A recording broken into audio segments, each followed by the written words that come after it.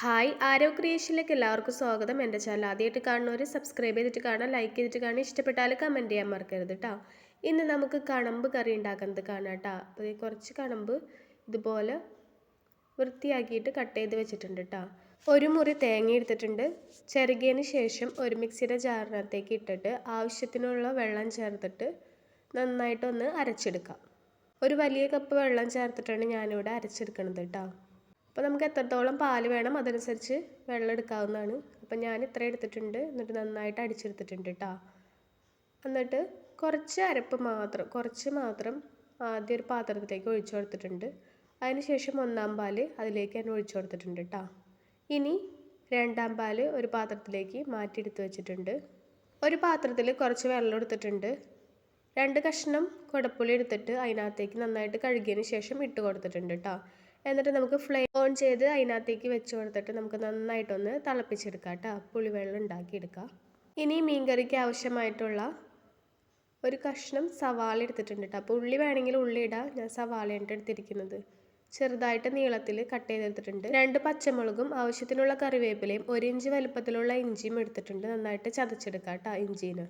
പച്ചമുളക് 2ആയിട്ട് കീറി എടുത്തിട്ടുണ്ട്. ഇനി നമുക്ക് ഫ്ലെയിം ഓൺ ചെയ്ത് ചട്ടി വെച്ച് കൊടുക്കാം. ചട്ടി നന്നായിട്ട് ചൂടാകുമ്പോൾ അതിനകത്തേക്ക് നമുക്ക് വെളിച്ചെണ്ണ ഒഴിച്ച് കൊടുക്കാം കേട്ടോ. വെളിച്ചെണ്ണ നന്നായിട്ട് ചൂടാകുമ്പോൾ അരിഞ്ഞു വെച്ചിട്ടുള്ള സവാളയും പച്ചമുളകും ചതച്ച ഇഞ്ചിയും വേപ്പിലയും ചേർത്തിട്ട് നന്നായിട്ട് വാട്ടിയെടുക്കാം. അപ്പോൾ ഈ സമയത്ത് നമുക്ക് കറിക്ക് ആവശ്യമായിട്ടുള്ള ഉപ്പ് ചേർത്ത് കൊടുക്കാം കേട്ടോ. അതിനുശേഷം നന്നായിട്ട് വാട്ടിയെടുക്കാം.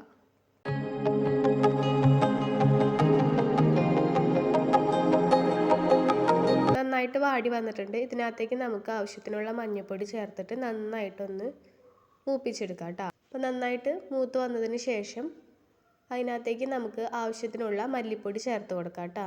മല്ലിപ്പൊടിയും ഇതുപോലെ തന്നെ നന്നായിട്ട് മൂപ്പിച്ചെടുക്കാം. അപ്പോൾ ഫ്ലെയിം ഒന്ന് കുറച്ച് വെച്ചിട്ടുണ്ട്.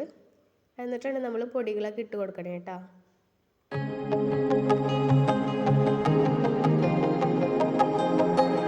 ഇനി എരിവിന് ആവശ്യമായിട്ടുള്ള മുളക് പൊടി ചേർത്ത് കൊടുക്കാം. അതിനുശേഷം നന്നായിട്ടൊന്ന് മൂപ്പിച്ചെടുക്കാം കേട്ടോ. ഇതും ഞാനിവിടെ സാധാരണ മുളക് പൊടിയാണ് എടുത്തിരിക്കുന്നത്.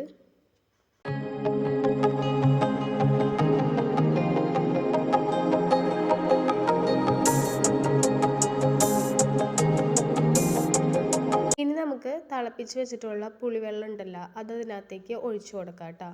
നന്നായിട്ടൊന്ന് മിക്സ് ചെയ്ത് കൊടുക്കാം. എന്നിട്ട് ചെറുതായിട്ടൊന്ന് തിളച്ച് തുടങ്ങുമ്പോൾ നമുക്ക് അതിനകത്തേക്ക് രണ്ടാം പാൽ ഒഴിക്കാം. രണ്ടാം പാൽ ഒഴിച്ചിട്ട് നന്നായിട്ടൊന്ന് വറ്റിച്ചെടുക്കാം. നമുക്ക് എത്രത്തോളം വേണം അതനുസരിച്ച് വറ്റിച്ചെടുക്കാം. അപ്പോൾ ആവശ്യത്തിന് വെള്ളം ചേർത്തിട്ട് നമുക്ക് പാലെടുക്കാവുന്നതാണ് കേട്ടോ. അതിനുശേഷം ചെറുതായിട്ടൊന്ന് തിളച്ച് വരുമ്പോൾ നമുക്ക് അതിനകത്തേക്ക് മീനിട്ട് കൊടുക്കാം കേട്ടോ.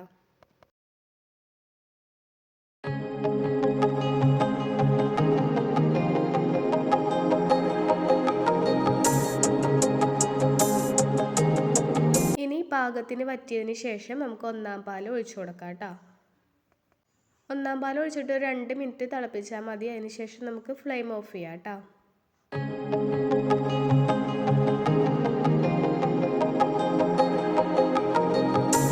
അപ്പോൾ അതേ നമ്മുടെ കറി റെഡി ആയിട്ടുണ്ട്. ഫ്ലെയിം ഓഫ് ചെയ്തിട്ട് മാറ്റി വെച്ചിട്ടുണ്ട് കേട്ടോ. അപ്പോൾ ഇത്രയേ ഉള്ളൂ. വളരെ സിമ്പിളായിട്ട് രുചികരമായിട്ട് നമുക്ക് കണമ്പ് കറി ഉണ്ടാക്കാം. വീഡിയോ കണ്ട എല്ലാവർക്കും താങ്ക് യു.